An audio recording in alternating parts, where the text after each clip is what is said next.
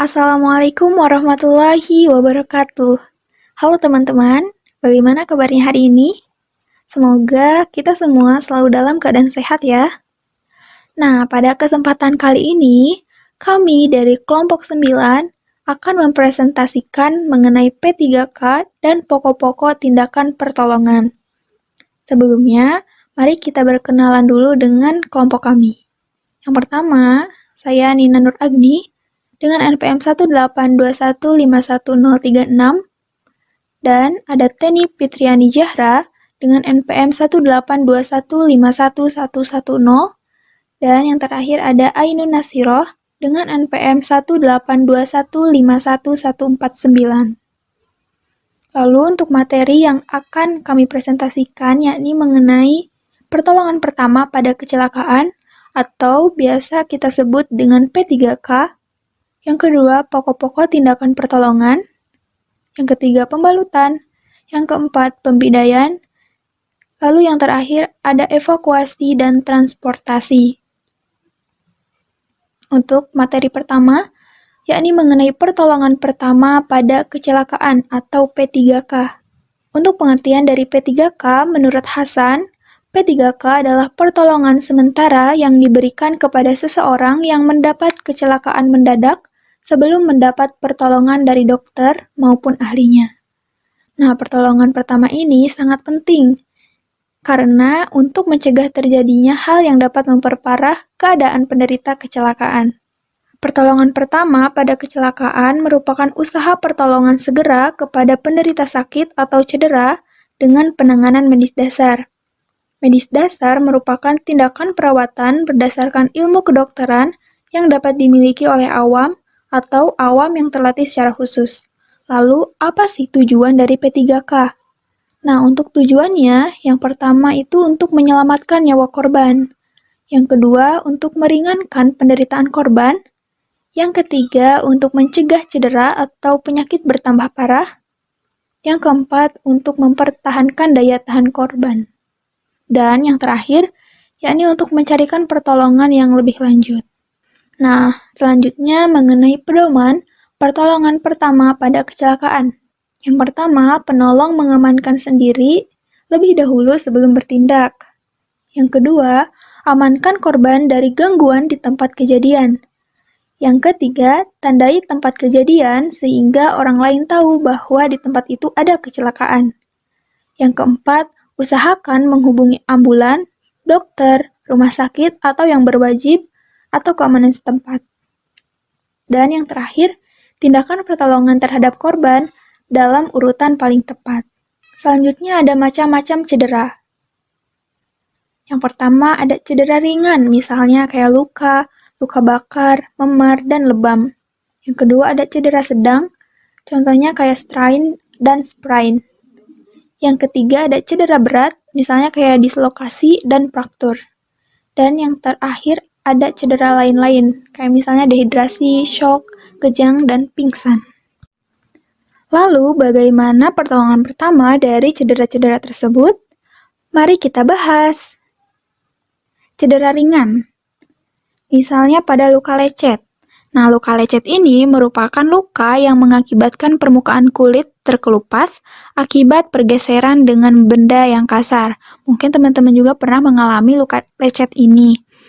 Nah, tindakan pertolongan pertamanya itu yakni dengan membersihkan luka dengan air dan obat antiseptik yang ada. Lalu tutup luka dengan kain kasa steril yang kering dan plester, kemudian beri balutan. Lalu yang kedua pada luka robek, yaitu teman-teman bisa dengan menggunakan desinfeksi, lalu menutup dengan kasa steril dan mengirim penderita ke rumah sakit. Yang ketiga pada luka tergores. Luka tergores ini merupakan luka di mana lapisan bagian atas kulit mengalami goresan karena tergesek pada permukaan bidang yang kasar dan perawatannya itu sama dengan perawatan pada cedera lainnya, yakni dengan membersihkan dulu kotoran apabila terdapat kotoran dengan cara menyikat permukaan dengan perlahan-lahan. Lalu bersihkan daerah di sekitar yang terluka dan gunakan pembalut yang kering. Yang keempat, pada memar. Nah, memar ini merupakan jenis luka yang ditimbulkan oleh benturan benda tumpul yang mengakibatkan kerusakan jaringan di bawah kulit. Pertolongan pertamanya itu dengan cara dikompres atau mengkompres jaringan kulit yang memar dengan es atau air dingin. Yang kelima, pertolongan pertama pada kram. Kram otot dapat terjadi karena letih dan dapat terjadi pada keadaan dingin atau panas. Jika kram otot karena letih, maka dapat diatasi dengan meregangkan otot. Lalu apabila kram otot karena panas, maka dapat ditolong dengan membaringkan penderita di tempat yang sejuk dan memberinya minum air garam, lalu pijat otot yang kejang tersebut dengan obat gosok. Selanjutnya, cedera sedang. Yang pertama ada strain. Otot strain adalah kerusakan pada jaringan otot karena trauma langsung maupun tidak langsung, akibat robeknya otot karena terenggang melebihi batas normal. Pertolongan pertama yang dapat dilakukan yakni dengan cara meletakkan penderita pada posisi yang nyaman, kemudian istirahatkan bagian yang cedera dan hentikan aktivitas yang sedang dilakukan. Tinggikan daerah yang cedera, lalu beri kompres dingin selama 30 menit dan beri balutan yang menekan. Yang kedua, pertolongan pertama pada sprain sendi. Sprain merupakan trauma yang terjadi pada sendi, sehingga sendi terasa nyeri dan bengkak. Tindakan pertolongan pertamanya yaitu dengan mengistirahatkan area yang cedera, lalu memberikan kompres es, memberi balutan menggunakan perban, dan area yang mengalami cedera ditinggikan dari anggota badan lainnya. Cedera berat. Untuk cedera berat, ada dislokasi dan fraktur atau patah tulang.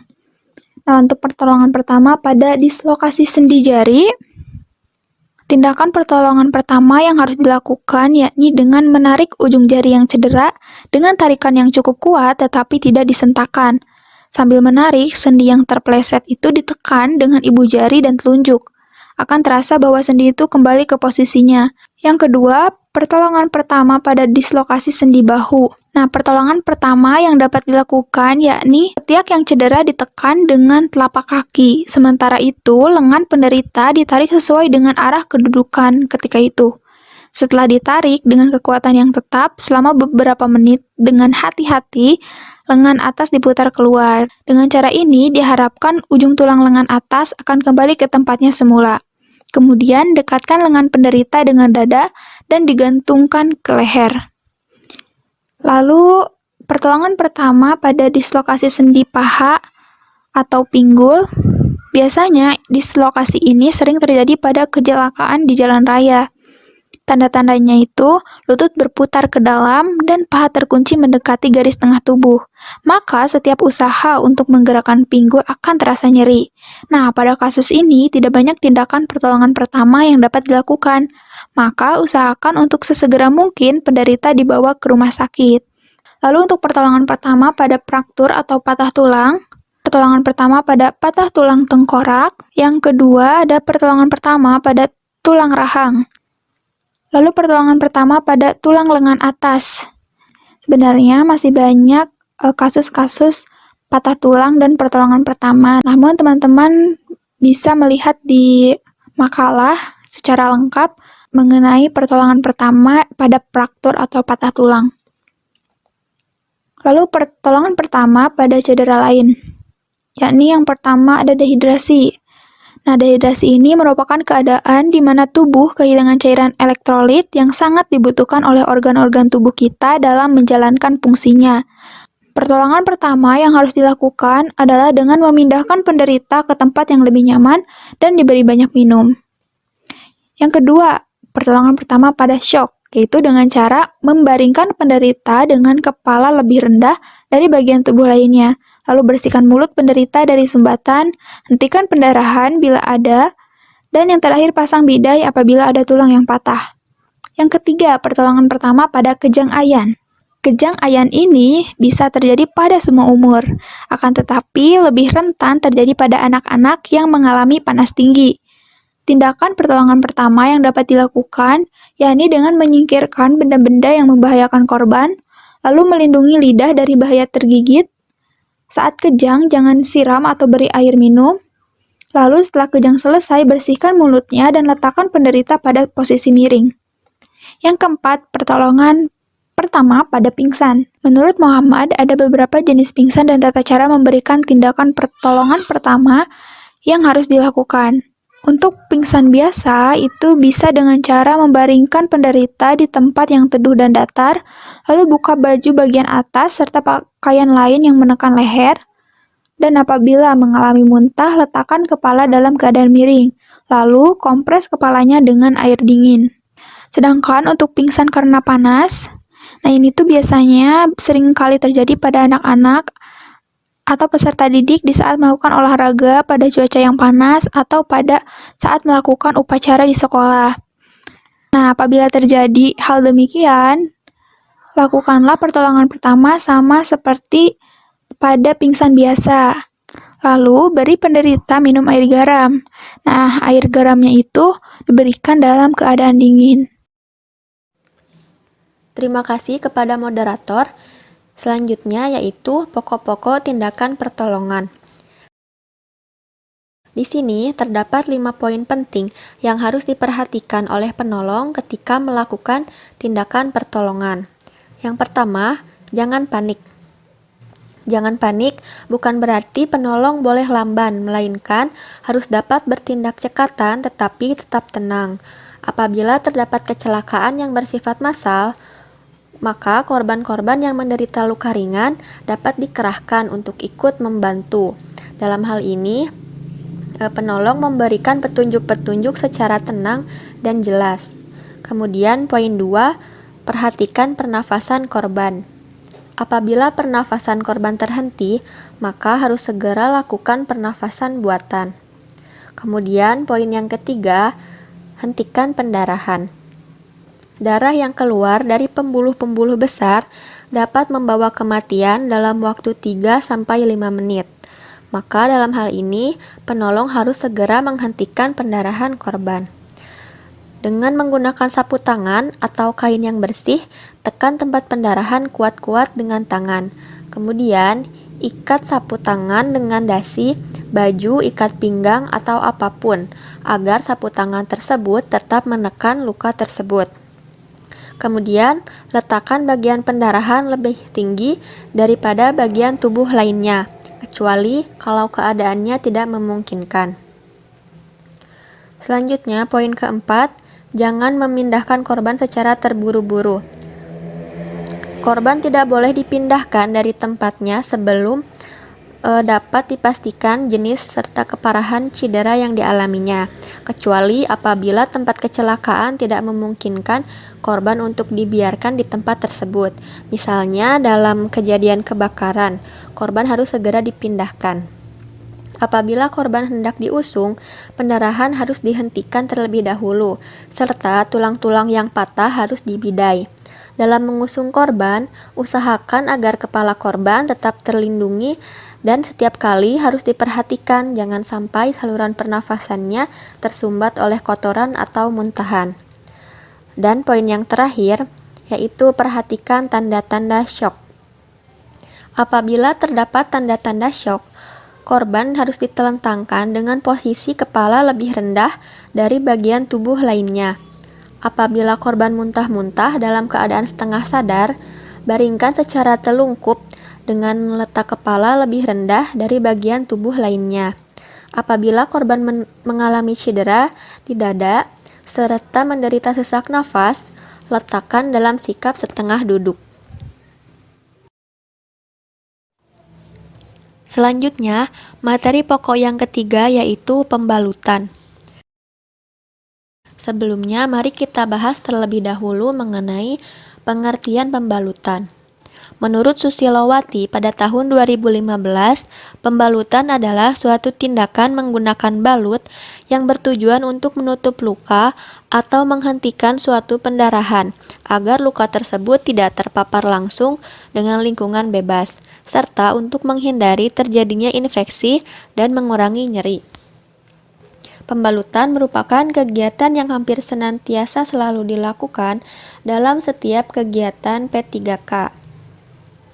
Pembalutan bertujuan untuk mengurangi resiko jaringan yang telah ada, sehingga mengurangi rasa sakit, mencegah maut, dan mencegah cacat serta infeksi. terdapat beberapa hal-hal yang harus diperhatikan penolong ketika melakukan pembalutan. Yang pertama, penolong harus selalu mengawasi muka korban ketika membalut. Yang kedua, balutan yang dibuat tidak boleh kendor dan tidak boleh terlalu erat, karena balutan yang terlalu kendor bisa bergeser, dan balutan yang terlalu erat dapat menghambat peredaran darah. Yang ketiga, proses pembalutan diusahakan dilakukan ketika korban dalam keadaan berbaring atau duduk. Yang terakhir, jangan memegang luka dengan tangan atau mengeluarkan sesuatu dari luka tersebut kecuali benda kecil yang mudah dikeluarkan. Selanjutnya mengenai macam-macam pembalut. Di sini terdapat 4 macam pembalut. Yang pertama, pembalut cepat. Pembalut ini biasanya sudah siap pakai yang terdiri dari lapisan kasa steril dan pembalut gulung. Pembalut ini dipasang secepat mungkin untuk mencegah infeksi pada luka. Yang kedua, pembalut segitiga. Pembalut segitiga terbuat dari kain putih yang tidak berkapur atau kain mori. Terlihat tipis, lemas, dan kuat. Pembalut segitiga atau biasa disebut triangle cloth ini biasanya digunakan pada bagian tubuh yang berbentuk melingkar atau menyokong tubuh yang terluka. Pembalut ini biasanya digunakan pada luka di daerah kepala, bahu, dada, tangan, kaki, atau menyokong lengan atas. Pembalut segitiga bisa dilipat berulang kali, sehingga membentuk tie shape atau berbentuk dasi. Biasanya digunakan untuk membalut luka pada bagian mata, semua bagian dari kepala atau wajah, mandibula, lengan atas, kaki, lutut, maupun kaki. Yang ketiga, pembalut gulung. Pembalut ini tersedia dalam berbagai ukuran sesuai dengan kebutuhan atau bagian tubuh yang terluka. Menurut Ermawan dan kawan-kawan pada tahun 2019, terdapat jenis-jenis ukuran pembalut gulung serta kegunaannya, di antaranya yaitu pembalut dengan lebar 2,5 cm digunakan untuk jari kaki dan tangan. Pembalut dengan lebar 5 cm digunakan untuk leher dan pergelangan tangan. Selanjutnya, untuk lebar 7,5 cm digunakan untuk kepala, lengan atas, daerah fibula, dan kaki. Lebar 10 cm digunakan untuk daerah femur dan pinggul, serta pembalut dengan lebar 10-15 cm dapat digunakan untuk daerah dada, abdomen, dan punggung. Yang selanjutnya, pembalut plester.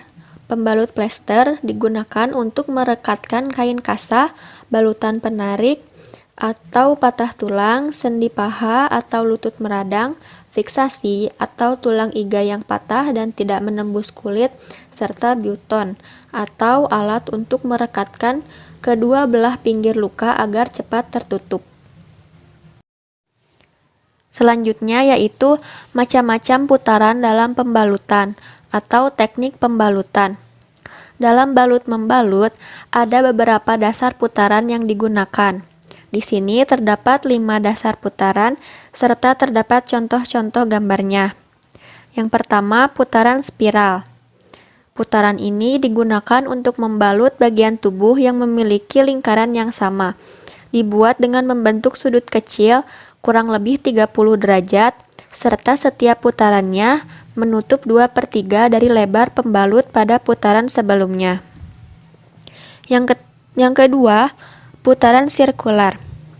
Putaran ini digunakan untuk mengunci balutan sebelum memutar pembalut, mengakhiri pembalutan, menutup bagian tubuh yang berbentuk tabung atau silinder, seperti bagian proksimal dari jari kelima. Yang ketiga, putaran spiral terbalik. Putaran ini digunakan untuk membalut bagian tubuh yang berbentuk silinder dengan panjang kelilingnya tidak sama, misalkan pada bagian tungkai bawah kaki yang berotot. Cara melakukannya dengan mengarahkan pembalut ke atas, membentuk sudut 30 derajat, Kemudian letakkan ibu jari dari tangan yang bebas di sudut bagian atas dari pembalut. Pembalut diputarkan membalik sepanjang 14 cm dan tangan yang membawa pembalut diposisikan pronasi sehingga pembalut menekuk di atas pembalut tersebut. Dan lanjutkan putaran seperti sebelumnya. Yang keempat, putaran berulang. Putaran ini digunakan untuk menutup bagian bawah dari tubuh, misalnya tangan, jari, atau pada bagian tubuh yang diamputasi. Teknik yang terakhir yaitu putaran seperti angka 8. Putaran ini digunakan untuk daerah persendian, seperti lutut atau tumit. Balutan pada putaran ini diakhiri dengan 2 putaran sirkuler, menutupi bagian sentral sendi. Kemudian dibawa menuju ke atas persendian, mengelilinginya, dan menuju ke bawah persendian. Membuat putaran seperti angka 8. Setiap putaran dilakukan ke atas dan ke bawah dari persendian dengan menutup putaran sebelumnya dengan 2/3 lebar bebat. Lalu diakhiri dengan 2 putaran sirkuler di atas persendian. Selanjutnya yaitu prinsip pembalutan. Sebenarnya terdapat banyak sekali prinsip dalam pembalutan ini. Namun dalam hal ini kami hanya akan membahas beberapa saja. Yang pertama, memilih pembalut berdasarkan jenis bahan, panjang, dan lebarnya. Karena seperti yang telah dijelaskan sebelumnya, bahwa pembalut dengan jenis, panjang, serta lebar yang berbeda itu memiliki fungsinya tersendiri, sehingga penggunaannya harus disesuaikan dengan fungsinya. Lalu yang kedua, memastikan bahwa kulit korban di daerah yang terluka itu bersih dan kering. Nah, sebelum melakukan pembalutan juga penolong harus membersihkan terlebih dahulu supaya meminimalkan resiko terjadinya iritasi ataupun infeksi. Yang ketiga, meminta pasien memilih posisi senyaman mungkin, kecuali bila hal ini merupakan kontraindikasi. Yang keempat, melakukan pembalutan berhadapan dengan bagian tubuh yang akan dibalut, kecuali pada pembalutan kepala, hal ini dilakukan dari belakang pasien. Dan yang terakhir, supaya pembalut tidak mudah terlepas atau geser, lakukan penguncian ujung pembalut sebelum memulai memutar balutan, seperti yang terdapat pada gambar di bawah. Materi selanjutnya yaitu pembidaian. Pembidaian adalah tindakan memfiksasi atau mengimobilisasi bagian tubuh yang mengalami cedera dengan menggunakan benda yang bersifat kaku maupun fleksibel sebagai fiksator atau imobilisator. Bidai ini atau bisa disebut spalk juga merupakan alat yang terbuat dari kayu, anyaman kawat atau bahan lainnya yang dirasa kuat dan ringan. Bidai ini digunakan untuk menahan atau menjaga agar kedua bagian tulang yang patah tidak dapat bergerak atau mengimobilisasi. Tujuan dari pembidaian ini diantaranya untuk mencegah pergerakan atau pergeseran dari ujung tulang yang patah, mengistirahatkan pergerakan anggota tubuh yang patah, serta mengurangi rasa sakit dan mempercepat penyembuhan. Nah, pembidaian ini harus dilakukan di tempat anggota badan ketika mendapat cedera. Jadi, korban itu tidak dipindahkan ke tempat lain terlebih dahulu. Nah, kemudian pembidaian juga dilakukan pada persangkaan patah tulang, sehingga korban itu tidak perlu dipastikan terlebih dahulu apakah benar-benar mengalami patah tulang atau hanya perkiraan saja. Adapun syarat-syarat yang harus diperhatikan dalam melakukan pembidaian, yang pertama yaitu alat yang digunakan harus lengkap. Kenapa? Agar pembidaian yang dilakukannya itu bisa sempurna atau dapat dilakukan dengan baik. Kemudian syarat yang kedua yaitu bidai harus meliputi 2 sendi dari tulang yang patah agar persangkaan patah tulang pada korban itu tidak bisa digerakkan. Ketiga yaitu ikatan bidai harus pas, tidak terlalu longgar ataupun terlalu kuat. Karena jika bidai terlalu longgar, itu bisa mengakibatkan korban bisa menggerakkan anggota tubuh yang mengalami patah tulang atau persangkaan patah tulang. Kemudian, apabila pengikatan bidai terlalu kuat, itu bisa menyebabkan terhambatnya peredaran darah pada bagian tubuh yang dibidai. Kemudian syarat yang keempat yaitu jumlah pengikat bidai harus sesuai. Minimal jumlah pengikatnya itu harus bisa untuk mengikat bagian atas dan bagian bawah bidai. Kemudian syarat yang kelima yaitu sesuatu yang menempel pada anggota tubuh yang akan dibidai harus dilepas. Misalnya sepatu, jam tangan, perhiasan, atau alat yang mengikat lainnya. Kecuali apabila terjadi patah tulang atau persangkaan patah tulang di bagian telapak kaki, maka sepatu sebaiknya tidak usah dilepas karena sepatu itu bisa dijadikan sebagai alat bidai itu sendiri. Nah, di sini ada beberapa cara melakukan pembidaian pada fraktur atau patah tulang. Yang pertama yaitu pada patah tulang lengan atas. Caranya, yang pertama, penolong harus meletakkan lengan bawah korban di dada dengan telapak tangannya itu menghadap ke dalam. Lalu, pasang bidai sepanjang lengan atas, yaitu dari siku sampai ke atas bahu, kemudian ikat dengan pembalut di bagian atas dan bawah tulang yang patahnya. Lalu, lengan digantungkan ke leher atau digendong. Maksudnya lengan bawahnya.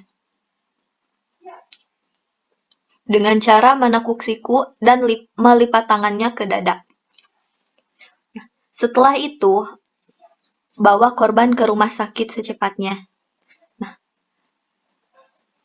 apabila korban mengalami patah di bagian siku juga, sehingga tangan itu tidak dapat dilihat, maka sebaiknya pasang bidai atau spalknya itu sampai ke lengan bawah dan biarkan tangan korban itu tergantung sehingga tidak usah dilipat ke dada dan tidak digendong.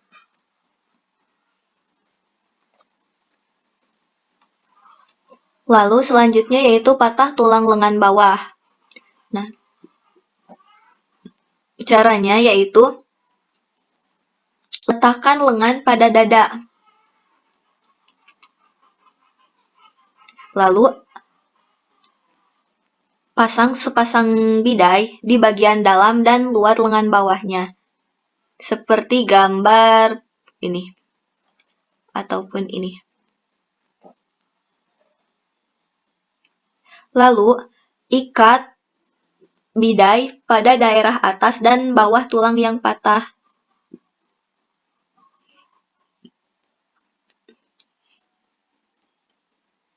Nah, mengikat di sini dapat menggunakan pembalut atau perban. Lalu, bidai harus terpasang sebelum korban dipindahkan. Selanjutnya, bawa korban ke rumah sakit. Untuk patah tulang selanjutnya yaitu patah tulang paha. Cara melakukan pembidaian pada patah tulang paha yang pertama yaitu pasang bidai sepanjang kaki, yaitu harus melewati 2 sendi, dari sendi panggul hingga melalui sendi lutut. Setelah dipasang, kemudian ikatkan dengan pembalut. Kalau perlu, beri bantalan kapas atau kain antara bidai dengan tungkai yang patah. Lalu bila perlu juga, kedua kaki dapat diikat di atas lutut dengan pembalut untuk mengurangi pergerakan. Nah, selanjutnya seperti biasa, korban harus dibawa ke rumah sakit secepatnya. Nah, untuk contoh terakhir yaitu contoh fraktur pada tungkai bawah.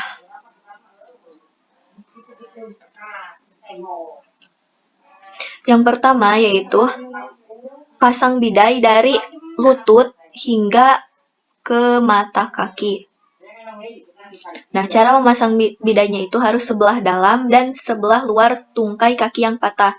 Atau kadang juga bisa ditambahkan pada sisi posterior dari tungkai.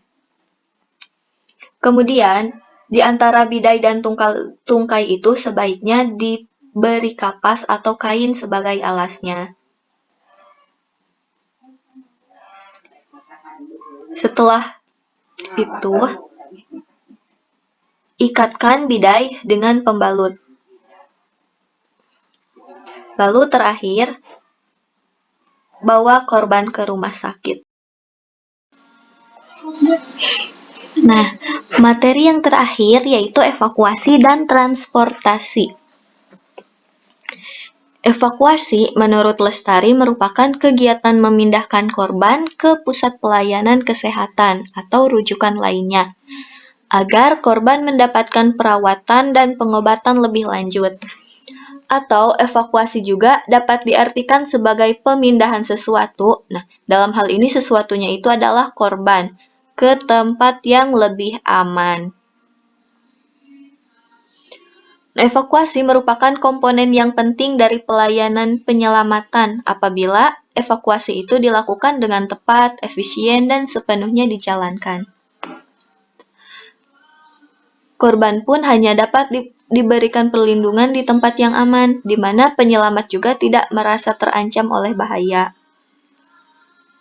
Kemudian, metode yang tepat dalam evakuasi juga bisa melindungi penolong dari cedera yang tidak diinginkan. Nah, evakuasi korban ini dapat dilakukan menggunakan 4 cara, yaitu dengan orang, menggunakan selimut, tandu, dan menggunakan kendaraan atau ambulans. Adapun syarat yang harus diperhatikan ketika melakukan evakuasi, yaitu keadaan korban umumnya cukup baik. Kemudian korban tidak ada gangguan pernapasan. Lalu pendarahan sudah diatasi dan luka sudah dibalut, sehingga bisa meminimalisir korban untuk mengalami pendarahan selama proses pengangkutan atau pemindahan.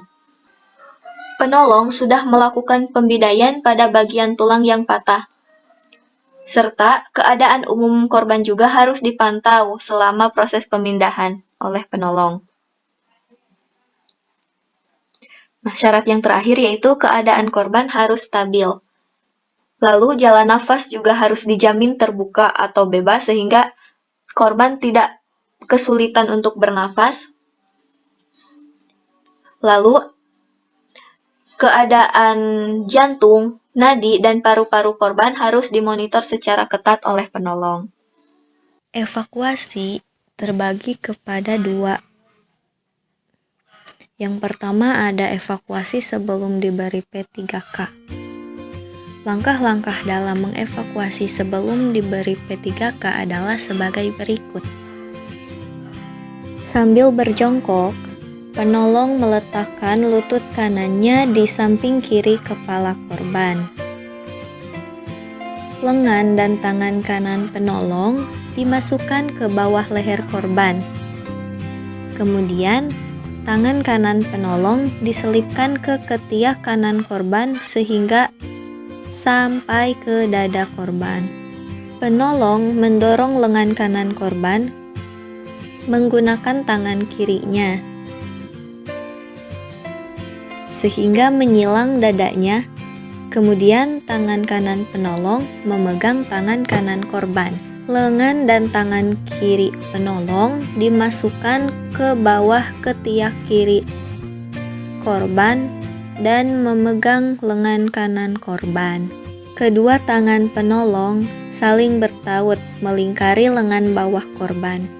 Letakkan kaki kiri penolong setinggi pinggang korban, lalu sambil membungkukkan tubuh ke depan, dengan prinsip pengungkit, badan korban dapat terangkat dari tanah atau dari permukaan.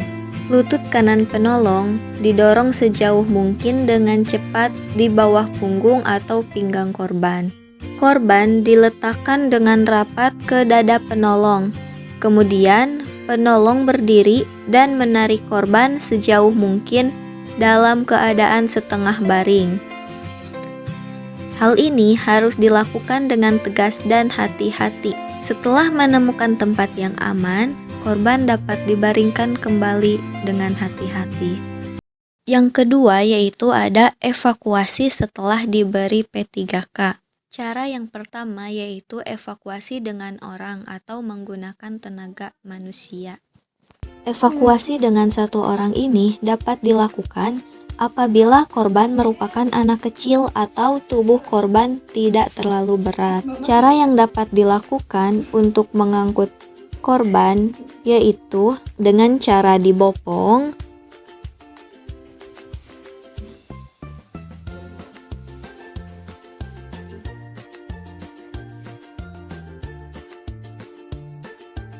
digendong,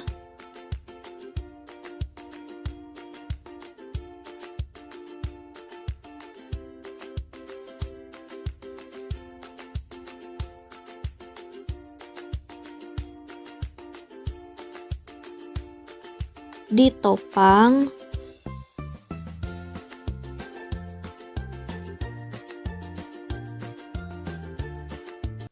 atau mengusung korban seperti yang dilakukan anggota pemadam kebakaran apabila penolong kuat dan korban tidak terlalu berat.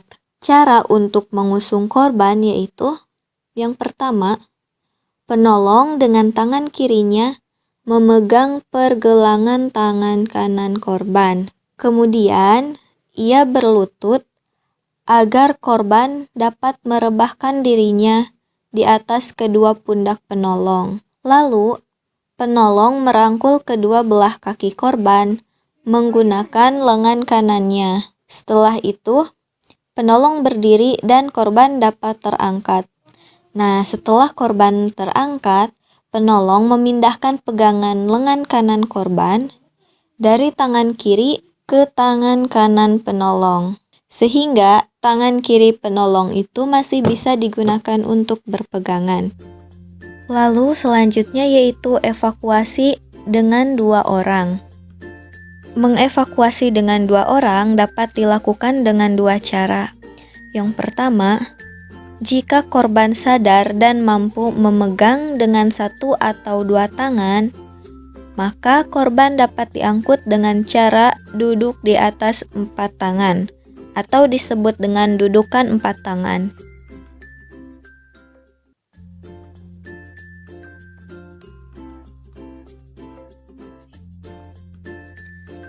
Jika korban kurang sadar dan tidak dapat menggunakan tangannya untuk berpegangan, maka dapat dilakukan dengan cara yang kedua, yaitu korban dapat diangkut dengan cara duduk di atas 2 tangan penolong atau diangkut menggunakan kursi. Itu dinamakan dengan dudukan 2 tangan.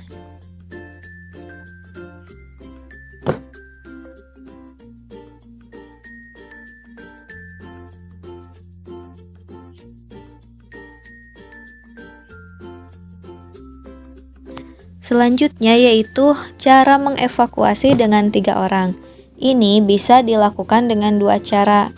Cara yang pertama yaitu jika penolong berada di satu sisi yang sama. Tangan berada di bawah badan korban. Lalu perhatikan posisi kaki dan cara berdiri hingga siap berjalan membawa pasien. Nah, agar 3 orang penolong dapat bergerak secara serempak, maka disarankan salah satu di antaranya itu berperan sebagai pemberi aba-aba secara perlahan.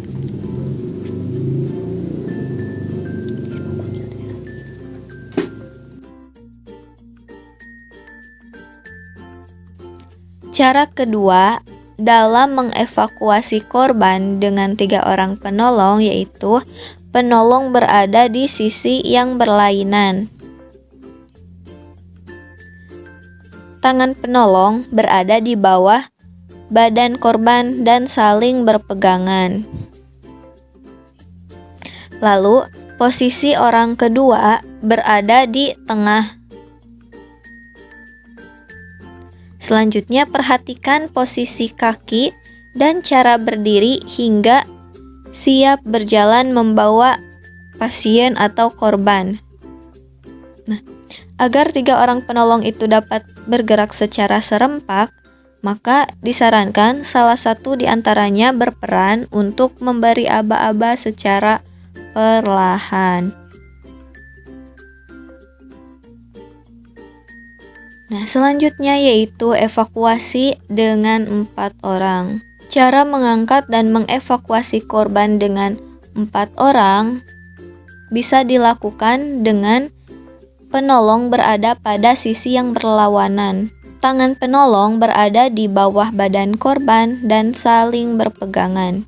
Posisi penolong saling berhadapan di kedua sisi korban agar lebih kuat menahan beban. Lalu perhatikan posisi kaki dan cara berdiri hingga siap berjalan membawa pasien atau korban. Nah, agar 4 orang penolong ini dapat bergerak secara serempak, maka disarankan ada 1 orang penolong yang berperan sebagai pemberi aba-aba dalam berjalan.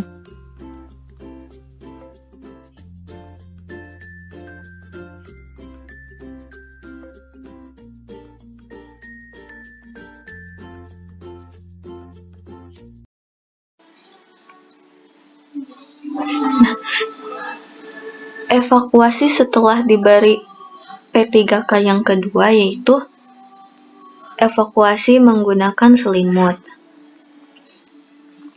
Pengangkutan korban menggunakan selimut ini diperlukan untuk mengangkat korban ke atas tandu atau pengangkutan dalam jarak yang pendek. Pengangkutan ini dilakukan minimal oleh 4 orang. Nah, apabila ada persangkaan patah tulang leher atau tulang punggung pada korban, sebaiknya penolong jangan mengangkut korban kecuali dalam keadaan yang sangat terpaksa atau keadaan darurat. Caranya yaitu salah satu penolong harus menahan kepala korban. Nah, apabila perlu dibalik korbannya, maka kepala dan badan korban itu harus diputar sedemikian sehingga tidak timbul gerakan pemutaran tulang leher atau tulang punggung. Kemudian cara evakuasi setelah diberi P3K yang ketiga yaitu menggunakan tandu. Namun sebelum menggunakan tandu ini, sebaiknya penolong memeriksa terlebih dahulu tandu tersebut untuk mengetahui kekokohan dan kekuatan tandu untuk mengangkut korban. Jangan sampai ketika nanti korban diangkut, tandunya rusak sehingga korban terjatuh. Nah, adapun cara untuk mengangkut korban menggunakan tandu bisa dilihat pada gambar berikut ini. Apabila tandu tidak tersedia, maka penolong bisa melakukan improvisasi dalam membuat tandu. Yang pertama, bisa menggunakan kursi untuk mengangkut korban yang tidak terlalu parah. Kemudian, penolong juga bisa menggunakan sarung dengan 2 buah tongkat dimasukkan ke dalam sarungnya sehingga korban dapat dibawa di dalam sarung tersebut. Jadi tongkat itu dipakai sebagai pegangan untuk penolongnya mengangkut korban.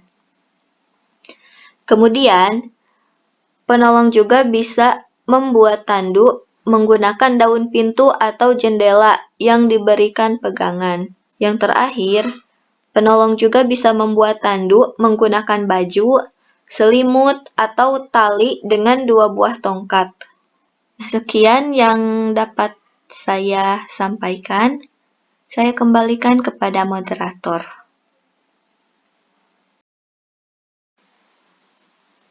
Terima kasih kepada pemateri yang telah menyampaikan materinya masing-masing.